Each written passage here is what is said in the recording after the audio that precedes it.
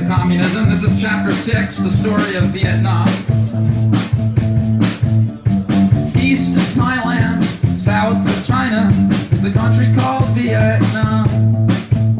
They fought for centuries to free themselves from the Chinese. They wanted independence for so long.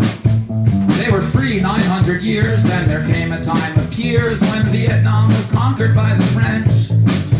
Made to slave in French plantations under Western exploitation that they've not forgotten ever since. A student there called Ho left his Vietnam to go become a cook for European sailors. He lived in Harlem, London, and France, and he got a first-hand chance to see the Western world's successes and its failures. After World War I's collapse, as the world redrew its maps, at the treaty meeting in Versailles, Ho attended, pleading that they give Vietnam its freedom, but they wouldn't even let him try. Ho knew the USA had been a colony one day, and he admired the way we had fought before him, but he saw now only communism stood up for colonies' freedoms while the capitalist world just ignored them. So Ho began communist studies and recruited other buddies. He wrote articles that reached back home. He kept organizing on the move until the chances might improve to get the French to leave poor Vietnam alone. Then in World War II's events, when the Germans beat the French, France's colonies were taken by Japan. So Ho returned to Vietnam. After decades being gone, it was time to fight for real, not just to plan. Because now organizing from within, with his new name Ho Chi Minh, independence forces started growing faster. And then when World War II wrapped up, the Japanese were crushed, and Vietnam at last had no more foreign master. So Ho Chi Minh declared a new free country then and there, quoting America's words of independence. But they had hardly settled down before the French came back around, and they wanted their old colony back with a vengeance.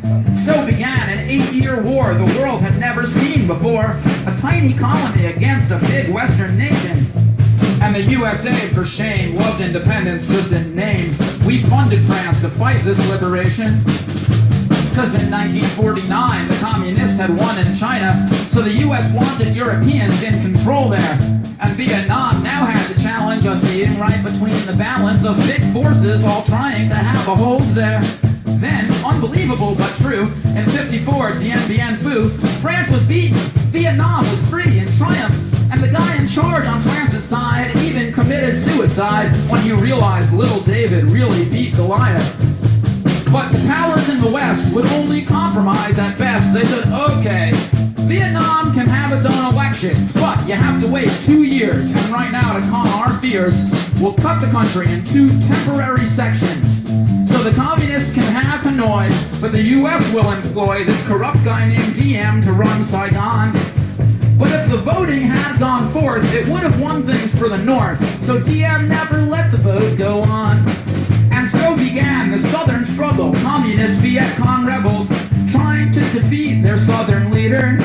And the North helped them out a lot, but when Diem did get shot, it was by his own army, because they didn't like him either. The US was desperate for a reason now to send our big armies in, so he claimed we had been attacked in Tonkin Gulf, and the Naval Wars was the dad of Jim Morrison of the Doors.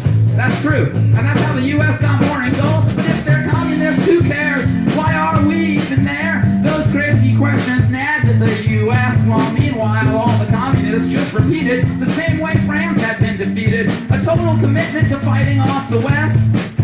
So when Ho Chi Minh was dying at the age of 79, he knew US involvement soon would break.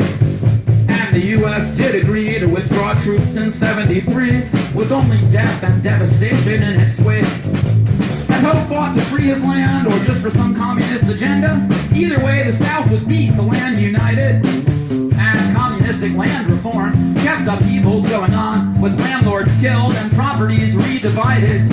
But then by 1986, the policies began to switch to incorporate more Western economics.